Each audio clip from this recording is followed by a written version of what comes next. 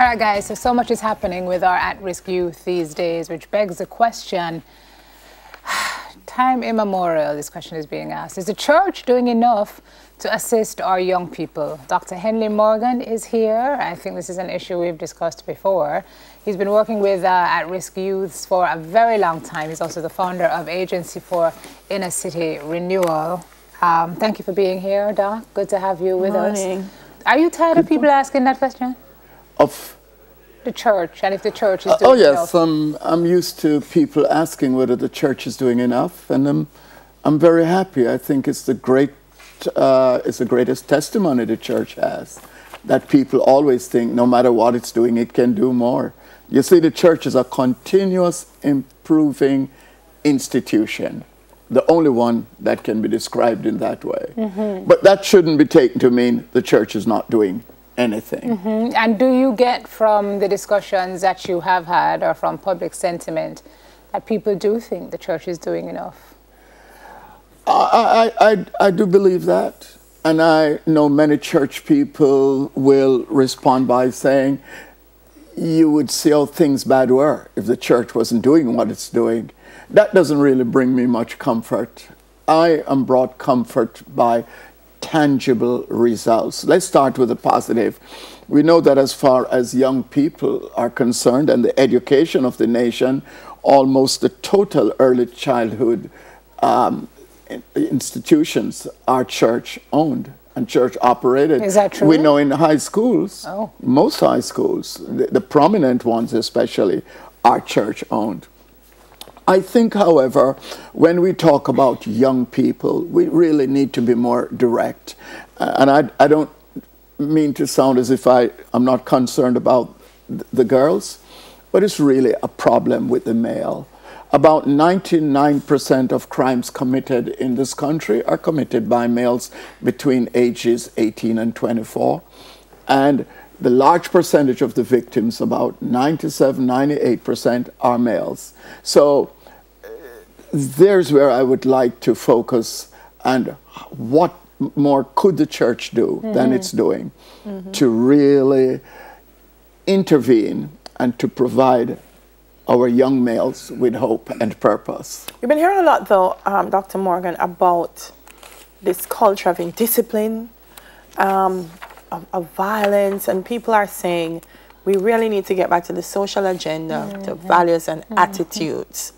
Do you think the church has done enough outside of its walls to help to reinforce those values and attitudes, or to help to teach those values and attitudes? I think that's a wonderful way of framing the problem or the issue, because I personally believe that while people would say Jamaica's problem is an economic problem, it's a resource problem, I believe it's a spiritual and moral problem at the root. It goes to behavior.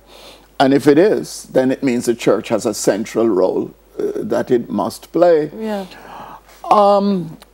I would say, and I'm speaking now even from the perspective of a so-called inner city, what people used to term once garrisons, although that no longer appropriately describes Trench Town, where I do a lot of my work. I think there can be more done outside of the wall. When I'm really being cynical with my church friends, I would say, look, as pastors, we're probably too preoccupied with putting air conditioning and padded seats in our churches. Even in church on Sunday, I said, we're going to put maca in the seat because G-O-D is two-thirds G-O. And I would like to see the church much more engaged out there. Proselytizing the gospel, the good news, is what we do. But if you look at the life of Jesus, particularly what we refer to as the incarnational Christ, you never found him much in the so-called walls of the church unless he was there to stir up some rumpus. He was out among the people, and by the way, doing tangible things. We call them miracles. And speaking for my own congregation, we are involved in massive employment massive employment. I mean, we are among the largest generators of employment in Jamaica. In those communities. Through what means? Pardon me? Through what means? Through How is what that manifested? means? By, for instance, without going into my story, when my life transitioned and I found myself entrenched now, the biggest problem was youth unemployment. It was a bigger concern even today than violence.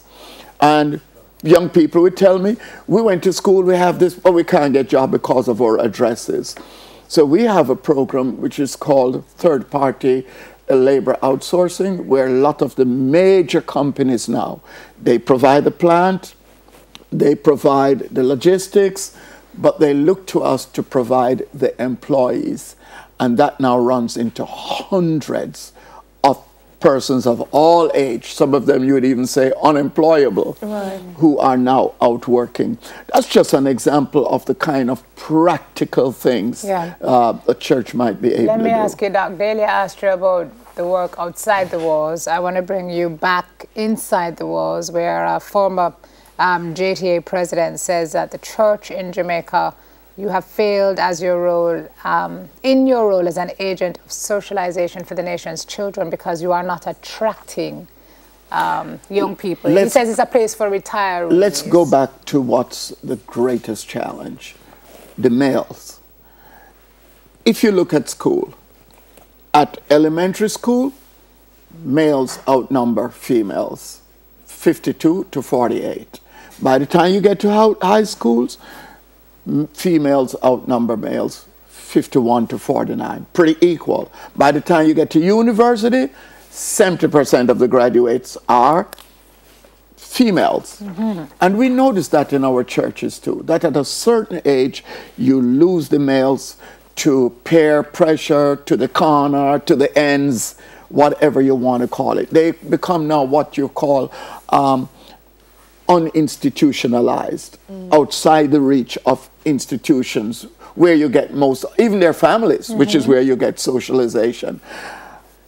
And this is why I believe the best work for the church to do has to be out in the highways and the byways, out in the communities. You have to ask yourself, why do guys gravitate to the corner? What is it that the corner does for them in terms of feeling a part of, not ostracized, not judged, you know? You may say the corner condones evil. I don't think that's the truth, because then you're confusing the corner with a gang. And I believe there are just a lot of things. One time in Trenchon, I saw a church doing something called man talk, right? We have done things like just go in the community and evening and just play games. And don't even worry if the guy has a ganja split. And I, who when I play domino get a lot of love, was able to use it to talk about love. And how I get 6 love, but hey, we're still friends. And that's what love does. Now, don't you think they're more willing to accept that in that setting than preach from a pulpit, right? So we have not exhausted all of the creative things we must do. How are we going to do, Dr. Martin? I'm listening to you. I think for your church and for your approach, you pretty much worked out how you're going to get it done. But what is the word to the other churches? What are we saying to them this morning in terms of getting it done? Creating that space that you've spoken about, where our young people feel welcome, they feel that they won't be judged. How do we create that space? Those 2 words, feel welcome, that they will not be judged. And I believe you can achieve that without diluting the gospel and preaching what is sin and the things that lead to a very wealthy country like Jamaica almost presenting itself as being poverty-stricken. And I would say to myself, as I do to other church leaders, we spend a lot of time keeping the saved. Why don't we spend some of our times trying to save the unsaved, who, by the way, are not irredeemable, but they are made in the image of likeness of God and are as much deserving of not just livelihood, but a better life. Yeah. Where's your church, Doc? In Trenchtown. Okay, so if folks want to visit. Oh, please. And one of the things we can do in church, for instance, like our church, we use even reggae gospel. We find that when you use the cultural approach, especially the men, will gravitate towards that. Yes. Yes. A great song for you. Wayne Marshall has a song called Glory to God. Try that one. Trust me. Yes. You'll get some people coming through those doors. Thank you so much for being here and for your contribution. My pleasure. I know you continue to work, Dr. Enough love to all of the youth and the men on the corners and the young ladies too. All right. Appreciate it. Thank you very much for joining us. Dr. Henry Morgan, founder for Inner City Renewal.